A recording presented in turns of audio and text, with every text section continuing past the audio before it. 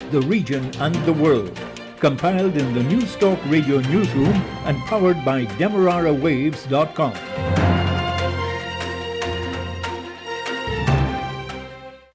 Good day with your major newscast. I am Jessica Daw. First with the highlights. Former Finance Minister Winston Jordan granted $3 million bail on charges of misconduct in public office when he appeared before Chief Magistrate Anne McLennan today. The Trade Union Congress Transparency Institute of Guyana Incorporated and Article 13, the civil society group, call on the President-led government to delay a parliamentary vote on the Natural Resource Fund bill scheduled for this Wednesday, December 29. City Mayor Yubraj Narayan is under investigation for discharging his firearm. 2 Guyanese were rescued after the fuel tanker they were working on sank off the coast of the Bahamas. In the region, Barbadians will vote in general elections next month. And internationally, Russia's Supreme Court has ordered the closure of the International Memorial, Russia's oldest human rights group.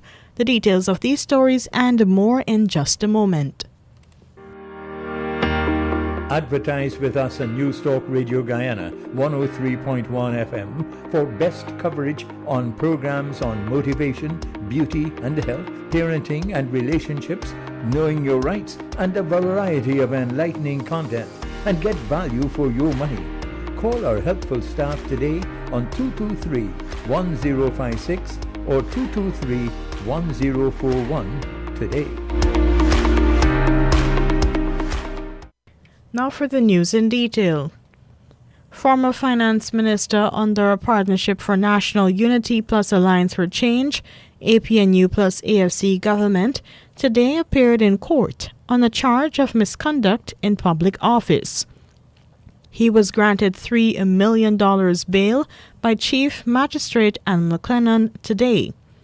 The charges states that while being Minister of Finance and the concerned Minister for the National Industrial and Commercial Investments Limited, sold the prime property to BK International for $20 million, which carries, at the time, a market value of $5 billion that was grossly undervalued to such a degree as to amount to an abuse of the public's trust and without reasonable excuse or justification. The former finance minister says he fears nothing and he is confident that charges will fail.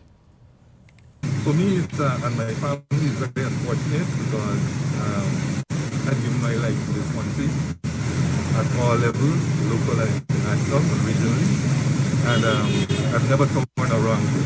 And I've worked with all different administrations, and I see this for political persecution, which is sad development. The former minister, being a harsh critic of the government on economy, was arrested weeks ago as the People's Progressive Party, PPP, through the Special Organized Crime Unit, SOCU, instituted the charge against the former finance minister. Opposition leader Joseph Harmon, who is part of the former minister's legal team, says the charge is an attempt by the governing PPP to muzzle dissenting voices. The PPP's attempt to muzzle people who are prepared to speak out against the atrocities that are taking place in this country. Minister Jordan, you know, of course, is an outspoken critic about the economic policies of this country. And so this charge, just like the wanted bulletin that is out against report work, all of these are aimed at silencing dissent. Dissent is something which is guaranteed under our Constitution, and that is a right which Mr. Jordan has. Mr. Harmon says the charge has no merit. It's one of the most widest charges that you can actually bring. You know, in the army, they had something called a Section 75 charge.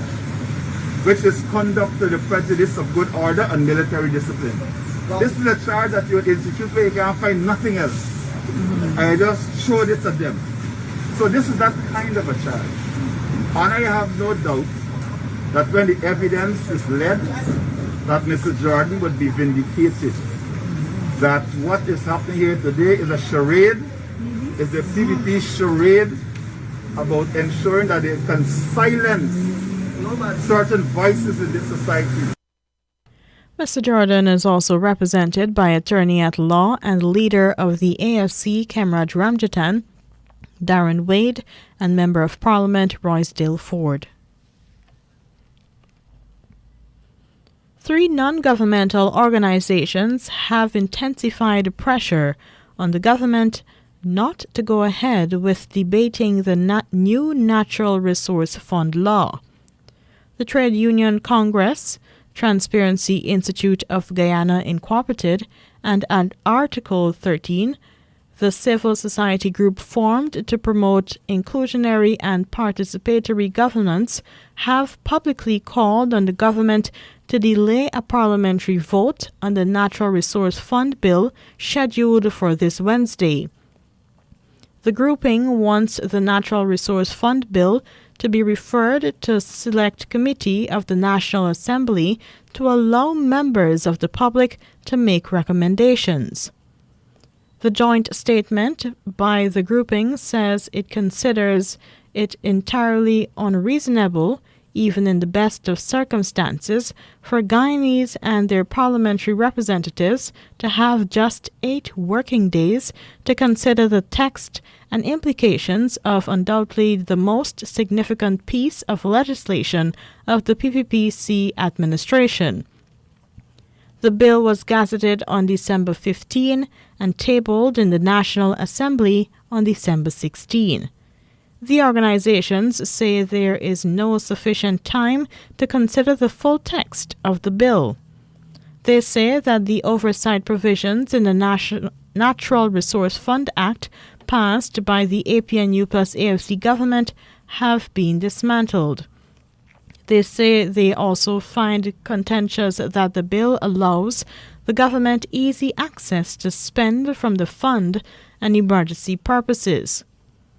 The civil society grouping says the bill places the monies in the fund in the hands of a board of directors appointed by the president, and that the board reports to the Minister of Finance. The Trades Union Congress, Article 13, and the Transparency Institute of Guyana also note that a Public Accountability and Oversight Committee comprising of 9 persons provides vaguely for non-governmental oversight of the fund. They say the fund will be operationally managed by the Bank of Guyana, whose governor is also appointed by the president. Georgetown Mayor Ubraj Narayan was Monday allegedly involved in a shooting incident, and he was released from police custody on $20,000 bail. The spokesman says Mr. Narayan's hands were swabbed for gunpowder residue and his firearm lodged as part of the probe that he allegedly discharged his weapon. The alleged incident occurred on the east coast of Demerara. The circumstances surrounding the incident were not immediately known, and the Guyana Police Force spokesman Mark Ramatar had no details. Non-management workers of Republic Bank Guyana Limited are now being represented by the Guyana Civil Servants and General Workers Union, GCSGWU. Union President Gregory Gaspar says the 2 sides are due to sign a collective labor agreement next year. He says the Trade Union Recognition and Certification Board earlier this month issued his workers' organization with its certificate after a poll was conducted. Mr. Gaspar says no other union competed to represent the workers. Of the almost 600 workers, he said about 300 of Republic Bank's non-management workers voted for the GCSGWU, marking the first time that banking workers have been unionized in Guyana.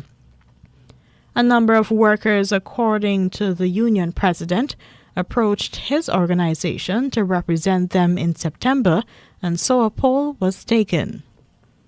Mr. Gasper says the GCSGWU will eventually be reaching out to the union in Trinidad that represents Republic Bank workers in that headquarters country. Two Guyanese evacuated a now-sunken fuel tanker off the Bahamas on Friday night after it was struck by a 207-foot-long super yacht.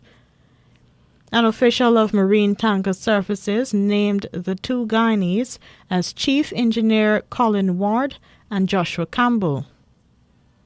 The official said the motor tanker Tropic Breeze was hit and sank, but fortunately all crew members executed evacuation drills within the prescribed limits and were rescued.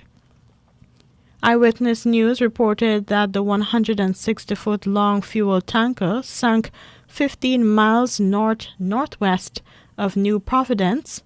Maritime Management LLC reported that a ship under its management, the MT Tropic Breeze, was struck at 10:03 p.m. by the super yacht MY Utopia 4. Eyewitness News said the tanker was traveling on its proper watch en route to Great Stirrup Cay when the collision occurred, and the stern of the vessel was pierced, causing it to sink to the ocean floor at an estimated depth of 2,000 feet. The tanker cannot be safely salvaged, according to officials. The ship's cargo reportedly included liquid propane gas, LPG, marine gas, and automotive gas. The report states that Maritime Management advised that the relevant Bahamian authorities have been notified. They will work with all stakeholders to ensure best outcomes with minimal environmental impact, the company was quoted as saying. The Ministry of Health says the two males, one unvaccinated and the other unknown, are the latest persons to die from COVID. The death toll is now 1,050. The ministry's data shows that 12 new cases of COVID were recorded in the last 24 hours, 6 seriously sickened in the COVID ICU, while 34 others are being treated in hospitals. The ministry says there are 682 persons who tested positive and are instructed to isolate themselves at home. As of Christmas Eve, the official records show Guyana administered 410,076 first-dose COVID vaccines to adults, and 293,260 adults are fully vaccinated. There are 30,198 children ages 12 to 17 years old partially vaccinated and 21,503 fully vaccinated as of Christmas Eve. Now for the news in the region. Barbadians are going to the polls in just over 3 weeks to elect a new government. Parliament was dissolved last night with immediate effect. The surprise announcement was made last evening by Prime Minister Mia Mottley in a national address from Ilaro Court. I have advised Her Excellency to set the 3rd of January 2022 as a nomination day in Barbados. Fellow citizens and long-standing residents, the date on which you shall go to the polls and elect your next government and your next leader to lead this country through Omicron, to lead this country through the difficult times that we are still managing, through COVID, and back to social and economic harmony and prosperity, to lead this country to be in world class, is January the 19th, 2022. General elections were constitutionally due to be held in 2023. Ms. Motley led the Barbados Labour Party, BLP, to a historic 30-0 whitewash of the Democratic Labour Party, DLP, in the May 2018 general elections. It will be the first general election since Barbados became a republic on November 30. The Haitian Bridge Alliance, HBA, has filed a class action lawsuit against the Biden administration, alleging the abuse of asylum-seeking Haitians. The HBA says the rights of the Haitians had been violated when they were removed from a makeshift camp in Texas in October. The HBA is also claiming that the Department of Homeland Security violated the rights of thousands of Haitian asylum seekers after they fled the French-speaking Caribbean country because of the danger and insecurity there.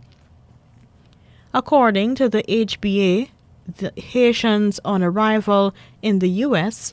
joined at least 15,000 Haitian asylum seekers in a makeshift U.S. Customs and Border Protection encampment in Del Rio, Texas, but they suffered from hunger and dehydration due to encampment conditions. The asylum seekers said that they were sweltered in triple-digit temperatures by day and slept on the ground at night. The complaint filed in the U.S. District Court for the District of Columbia included a statement from one of the plaintiffs, Marard Joseph, who said he was lashed at by a Border Patrol agent on horseback. In Trinidad, 2 men are dead and another is wounded after they were shot several times in a drive-by shooting on Christmas Day. The 2 deceased have been identified as the 28-year-old Shaquem Francis and 27-year-old Shaka Guy. The third man, a 34-year-old man, is still in serious condition. Police said at about 4 p.m. on December 24, they were all in a black Nissan Almera on Independence Square when a silver car drove past them and several gunshots were fired. The driver of the car managed to drive to the Port of Spain General Hospital, where Francis and Guy were declared dead. The murder toll now stands at 442 for the year. And lastly in the region, the Pan American Health Organization, PAHO, has welcomed the World Health Organization listing today of an AstraZeneca vaccine jointly produced by Argentina and Mexico. This is the first such decision for a COVID-19 vaccine manufactured in Latin America. The vaccine is jointly manufactured by Argentina's mAbxience, which reproduces its active pharmaceutical ingredient, and Mexico's Laboratorios Leomont, which mixes and finishes the product for distribution. The regional produced AstraZeneca vaccine is already in use in some Latin American and Caribbean countries, and inclusion in the WHO emergency use listing. It will facilitate its procurement and distribution through PAHO's revolving fund as well as COVAX, the international mechanism to increase global COVID-19 vaccine access. The WHO emergency use listing is a procedure for accessing and listing vaccines, therapeutics, and other medical tools to expedite their availability during a public health emergency. To date, 11 COVID-19 vaccines are listed under this mechanism. And here now is your international news coming from the BBC. Hello, I'm Moira Alderson with the BBC News. Russia's Supreme Court has banned one of the country's leading rights organisations, Memorial, accusing it of breaking a law that requires groups to register as foreign agents. Memorial was set up to remember the victims of Stalin's purges. Here's Steve Rosenberg in Moscow.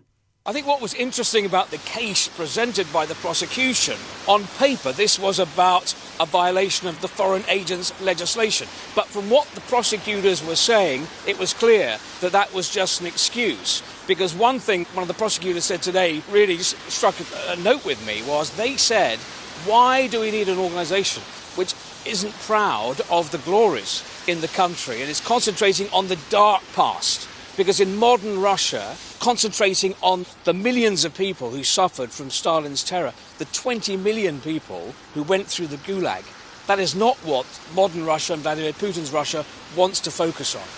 China has accused the United States of putting astronauts in danger by ignoring obligations under treaties on outer space. The Foreign Ministry issued a statement several weeks after Beijing complained to the UN that its space station twice had to take action to avoid collisions with satellites launched by the American firm SpaceX. On Monday, Chinese internet users condemned the company's founder, Elon Musk, whose Tesla electric cars are popular in China. Scientists have urged governments to share data to prevent collisions in space. The charity Save the Children has confirmed the deaths in Myanmar of 2 of its staff members. They were among more than 30 people whose charred remains were found last Saturday. Bernadette Kehoe reports. Save the Children said the 2 workers were returning to the office after humanitarian work in the east of Myanmar when they were caught up in an attack on civilians by the military and their vehicle was burnt out. It said 38 people, including women and children, were killed and their bodies burnt. The Myanmar military has denied involvement. Save the Children said the staff members were new fathers who were working on education for children. It's urged the UN Security Council to hold those responsible to account. Sri Lanka is to close 3 diplomatic missions in a bid to cut costs. The Sri Lankan High Commission in Nigeria and consulates in Germany and Cyprus will be closed from January. The island's economy, which is heavily dependent on tourism, has been hard hit by the pandemic. The country's foreign exchange reserves have dropped to $1.6 billion. A boat carrying at least 100 Rohingya refugees has been found stranded off the coast of Indonesia's Aceh province. The UN Refugee Agency has urged Jakarta to let the passengers, who are mostly women and children, disembark. Indonesia said it would repair the damaged boat, offer supplies and send the vessel back into Malaysian waters. World News from the BBC. Young doctors working at government hospitals in India have threatened to shut down medical services, accusing the police of excessive force against protesters on Monday. Yogita Limaye reports. Public hospitals, and in particular young doctors working in them, have been at the forefront of India's battle against COVID. The doctors are protesting against a delay in conducting a screening process which would allow as many as 45,000 students with degrees in medicine to join government hospitals. Doctors who are participating in the demonstrations have told the BBC that they are stretched thin, and with fears of a new COVID wave on the horizon, they need reinforcements quickly. The doctors are threatening a strike if their demands are not met. A mosque in northern France has been closed because of an imam's radical sermons. Local authorities in the town of Beauvais said the sermons called jihadist fighters heroes and incited hatred and violence. The mosque, which has a congregation of about 400, will stay shut for 6 months. A group of women have marched through the Afghan capital, Kabul, demanding an end to what they say is the killing and torture by the Taliban of former civil servants and soldiers. About 50 women gathered near a mosque in the city centre before they were stopped by Taliban forces. The mummified body of an ancient Egyptian pharaoh has been unwrapped for the first time in 3,000 years. Not physically, but digitally, using CT scans. Dr. Sahar Salim is a radiologist in Cairo who led the research. It was amazing to see how his facial features actually resembled his father. And to get to know his age, he was 35 when he died, with a very good physical condition, good health and good teeth. Dr. Sahar Salim speaking from Cairo. BBC News. And that was your international news. Here now is a recap of the highlights. Former Finance Minister Winston Jordan granted a $3 million bail on charges of misconduct in public office when he appeared before Chief Magistrate Anne McLennan today. The Trade Union Congress, Transparency Institute of Guyana Incorporated, and Article 13, the civil society group, called on the President Irfan Ali-led government to delay a parliamentary vote on the Natural Resource Fund bill scheduled for this Wednesday, December 29. City Mayor Yubraj Narain is under investigation for discharging his firearm. 2 Guyanese were rescued after the fuel tanker they were working on sank off the coast of the Bahamas. In the region, Barbadians will vote in general elections next month. And internationally, Russia's Supreme Court has ordered the closure of the International Memorial, Russia's oldest human rights group. And that was your major newscast. I am Jessica Daw.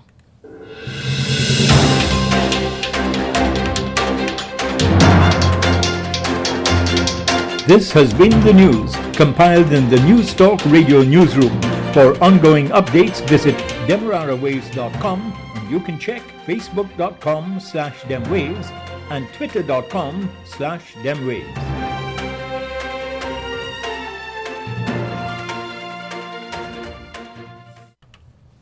It's now 12 hours 26.